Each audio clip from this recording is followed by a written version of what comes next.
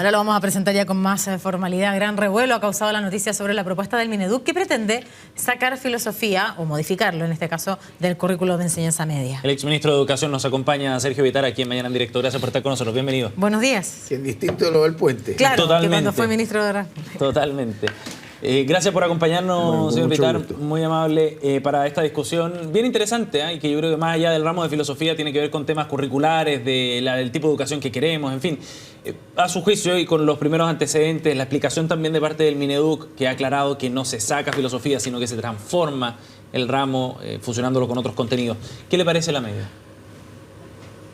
Miremoslo de dos ángulos. Uno es que tú tienes formación científico-humanista y tiene formación en tercero y cuarto medio técnico-profesional. En los técnicos profesionales está como el 40% de los niños. Y normalmente los currículum comunes, y es que cubren estas materias, son mucho más pequeños en los técnicos profesionales. Y lo que se está viendo que para el futuro de estos niños y para el futuro de Chile, tú tienes que dar una formación de base lo más pareja posible. Entonces, la primera cuestión es que los currículum comunes se vayan emparejando, de manera que todos los niños chilenos cuando salgan de cuarto medio tengan una capacidad analítica y una capacidad humanista más desarrollada para enfrentar los estudios posteriores. Eso es uno. Lo segundo es qué se enseña, qué es lo que tiene que tener un currículum. Y a medida que va pasando el tiempo, hay un debate mundial en que tú dices que hay que reforzar las matemáticas, la ciencia, por el mundo que viene, para lo digital, para la investigación científica, en fin. Pero otros te dicen, para la innovación necesita lo que se llaman las artes liberales, filosofía, historia, literatura, que una persona que no tiene esos elementos no es capaz de comprender el mundo ni hacerlo bien. Entonces, en ese cuadro tienes que atacar los dos temas, emparejar y mejorar contenidos. Ahora, lo que he visto el Ministerio de Educación es que está en conversaciones para revisar el contenido común. Y entonces, ¿cómo se inserta filosofía? Pero filosofía es clave en la formación de un ser humano. De manera que eso no se puede disminuir, y lo que yo he visto es que, y supongo que será así, no se va a disminuir el número de horas, sino se puede insertar en una mirada más general de cómo formas un ciudadano moderno. Entonces, cómo esto va en la formación ciudadana. Eso es lo que están pensando ellos. Desde ese punto de vista, aquellos que imparten la asignatura de filosofía ya manifestaron su rechazo ante esto porque no serían una asignatura en sí misma, sino que estarían contenidos en otra que es la educación ciudadana. ¿Ellos de alguna manera tienen una voz crítica respecto a eso? ¿Qué le parece a usted? No creo que se pueda disgregar lo que es una formación filosófica o cursos de filosofía básica disparando pedacitos en cada lugar. En eso tienen razón los profesores y no creo que sea esa la lógica del ministerio. Y además el ministerio nunca toma decisiones, si lo hace bien, sin la coordinación con los profesores, con los filósofos, con los expertos en estas materias. De manera que yo creo que en la medida que sea participativo, estos temas se pueden despejar y también el gobierno y el ministerio despejaran la preocupación de los profesores. O sea, yo diría, más profesores de filosofía si vamos a necesitar mejorar el nivel de filosofía en los técnicos profesionales, que son unos 200.000 muchachos que están ahí. Que se van a ver beneficiados. Ahora, esto de fortalecer también la formación cívica y la educación cívica a través de este ramo nuevo, digamos, de este cambio en la malla curricular, ¿va en la línea correcta, cree usted? ¿Es necesario hacer ese cambio también? Siempre hemos estado discutiendo cómo se da una formación ciudadana a una persona. Ahí el juicio que escuchamos entre nuestros conciudadanos es que, y los expertos, es que hemos ido perdiendo de alguna manera responsabilidad cívica, la responsabilidad por lo colectivo y envolviéndonos mucho en las cuestiones personales y nuestro propio interés individual. Y cuando en una sociedad ocurre eso, bueno, los mismos griegos llamaban al que se preocupaba solamente de los suyos idióticos, y los otros que se preocupaban de la polis, políticos. De allí vienen las palabras. Entonces, nosotros tenemos que llevar al ciudadano a asumir responsabilidad colectiva, a tener tolerancia, a tener respeto por el otro, a generar más condiciones de igualdad y de preocupación por lo colectivo y no solo de lo individual. En ese sentido, la preocupación mundial es cómo forma un ciudadano nacional y global, porque hay problemas como el medio ambiente que no se resuelven con temas solamente a nivel nacional. Claro. Entonces ese debate te dice, ¿se hace mejor con un curso al final, en el cuarto medio o en el tercero medio, o es a lo largo de toda la carrera? ¿Cómo se forma esa persona? Se forma en contacto con la sociedad, leyendo la prensa, por ejemplo, y se comprueba que los niños aprenden mucho más leyendo la prensa también. Haciendo servicio social en la comunidad y aprendiendo a ver cuáles son los problemas sociales de la comunidad. ¿Qué materias en la historia, cómo insertas ese tema para ver los procesos sociales? En literatura, ¿qué tipo de libros lees? Por la novela a veces te enseña a ver los temas de desigualdad o los temas de injusticia. Y en materia de filosofía, en fin. Entonces, ese es un debate mundial. Lo que está más de moda que poner un solo curso es un ciclo de materias. Pero eso significa tener profesores bien formados y una interacción con la sociedad. Ahora, si el objetivo es efectivamente reforzar esa parte de la educación, ese ámbito de las artes liberales, como decía usted, ese lado de pensamiento crítico, ¿no sería mejor entonces hacer 2 ramos separados? Porque se puede hacer la combinación, yo me imagino que sí, y que hay puntos de concordancia en los objetivos que persigue el ramo de filosofía con uno de educación cívica. Pero ¿no sería mejor entonces tener los 2 por separado? Bueno, son ramos separados. Por ejemplo, si tú vas a enseñar educación cívica, por eso. es que una cosa es el proceso de formación del conocimiento de un joven, en que va insertando unas cosas con otras y las hace interactuar más integralmente, y otra cosa es la forma como tú entregas la materia, y eso naturalmente tiene que ser por áreas más de especialización. Si yo voy a enseñar historia, pero ¿enseño puras fechas o enseño procesos políticos sociales que están detrás, momentos en que ocurrieron, cómo interactuó la influencia, por ejemplo, de Napoleón invadiendo España y la independencia de América Latina? Entonces, es la interpretación de los procesos la que tiene que tener una cierta coherencia, pero las materias en sí mismas, en filosofía, si vas a estudiar ciertos periodos del pensamiento filosófico, también se hacen separadamente. Yo no veo que esté un problema de revolver, sino de integrar. Pero desde ese punto de vista está claro su punto y entender también que más importa poder develar procesos, ¿cierto? Más que la información que hoy día está mucho más al acceso y que los propios estudiantes puedan ser artífices también de sus propias ideas. Entendiendo eso, la propuesta del Ejecutivo viene clara. Ha manifestado el rechazo por parte de los profesores, es decir, de poder develar esos procesos, pero a través de estas asignaturas integradas. Entonces, con la propuesta que hoy día tenemos, ¿se cumple ese objetivo que usted indica? Yo creo que está en un proceso de gestación la propuesta. Yo no lo entendería como una cosa definitiva del Ministerio de Educación. Además, en el Ministerio de Educación no vamos a suponer que hay genios que pueden decirle a los demás lo que tienen que hacer. Pero lo que he visto de los últimos puntos de vista, expresado incluso una conversación con la ministra, que tuve oportunidad de hablar un poquito con ella ayer, es que en esta materia están en consultas y están abriendo reuniones para escuchar a los distintos expertos. Yo creo que eso es lo más importante. Pero valorar entre los chilenos esa necesidad de integrar formación científica, matemática, con las llamadas artes liberales o lo que puedes llamar, pero filosofía, historia, literatura, porque es en la combinación donde está el futuro. Si tú eres solamente un tipo cerrado, eres re bueno para las matemáticas, pero no sabes interactuar con otras disciplinas, no te va a ir bien. O si estás solo en lo social y no tienes capacidad cuantitativa, claro. Y nosotros estamos un poco bajo, mirado comparativamente con el mundo, en los 2. Entonces tenemos que subir ambos. Y eso significa a veces sacar materiales secundarios, concentrarse en lo principal. Pero a mí lo que más me preocupa hoy día es que los niños que están en la formación técnico-profesional, que son el 40% de tercero y cuarto medio, están recibiendo una educación que ni los habilita para salir al trabajo después de terminar la educación secundaria, ni para entrar después a la educación superior.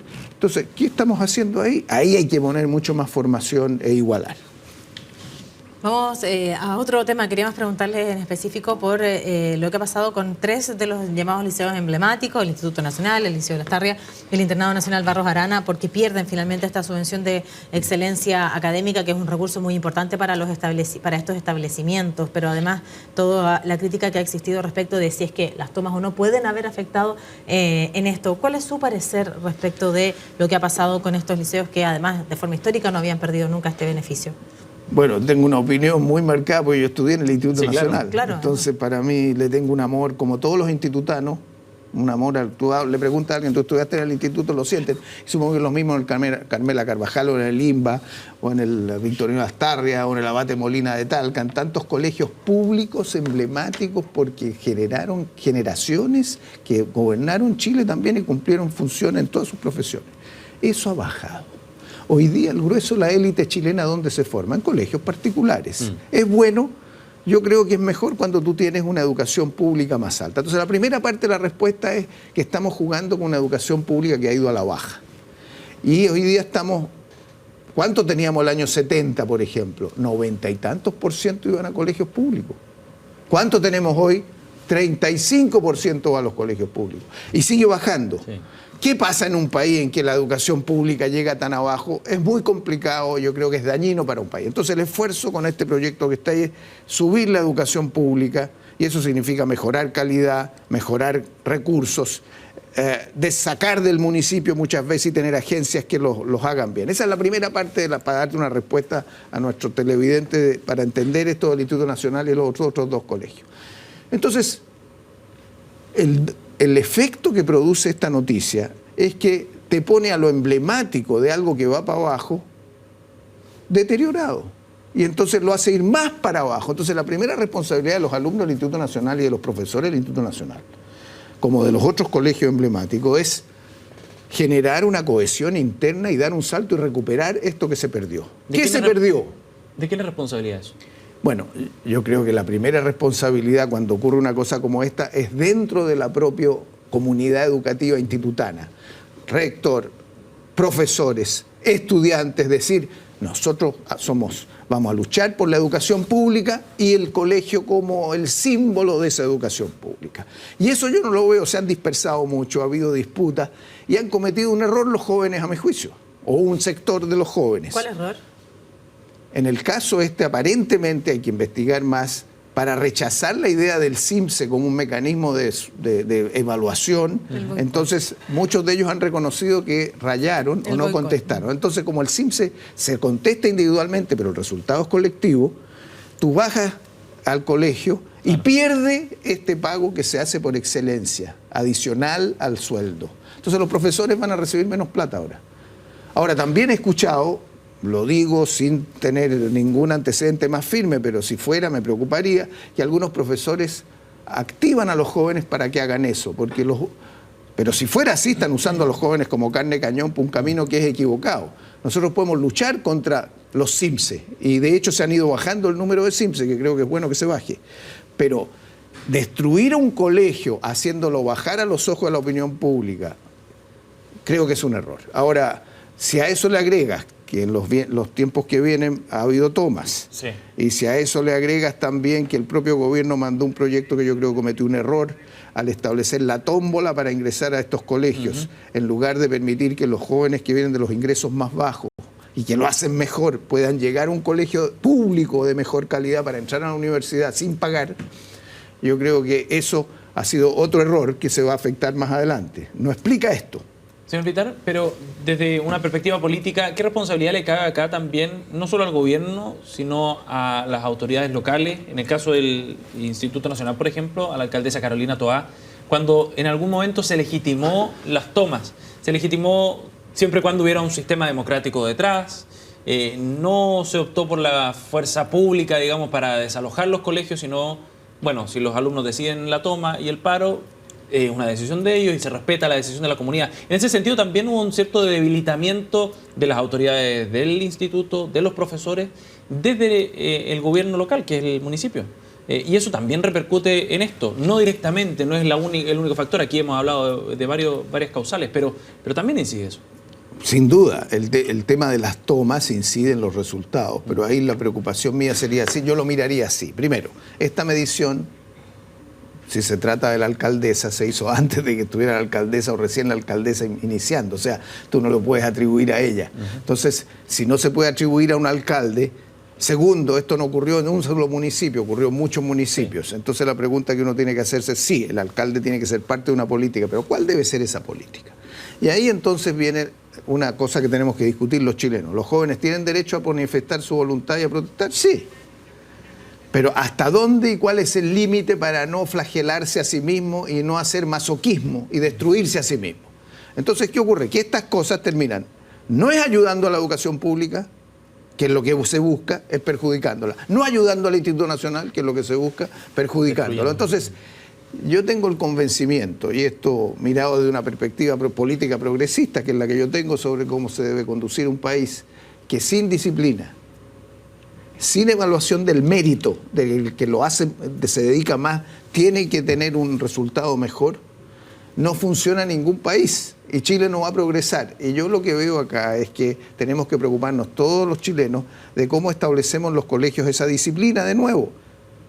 Y el rigor y el mérito, y especialmente en la educación pública, que es donde queremos ampliarla. Pero respecto al tema de las tomas y las retomas, y además el estado en el cual quedaron varios de estos establecimientos, una vez que uno podía ingresar, ¿cierto? Y las cámaras mostraban en el estado que quedaban, ¿hay alguna responsabilidad en este caso, como preguntaba Sebastián, del sostenedor, que es el que finalmente puede actuar para permitir o no la prolongada toma? Sí, la hay. Ahora, es una decisión súper compleja porque viste que le sacaron, por ejemplo, fue Carabineros hace poquito al Instituto Nacional, sacaron a los muchachos y a las pocas horas entraron de nuevo. Entonces, al final, por eso yo dije al comienzo de esta conversación, es muy importante la comunidad de los institutos. Y los exalumnos también tenemos una organización. Lo mismo en los demás colegios públicos, de ayudar, de generar mejores condiciones internas de infraestructura, de alentar la calidad de los profesores, de seleccionar bien a los profesores, de que los propios jóvenes hagan un esfuerzo de subir ellos mismos y que suban su colegio.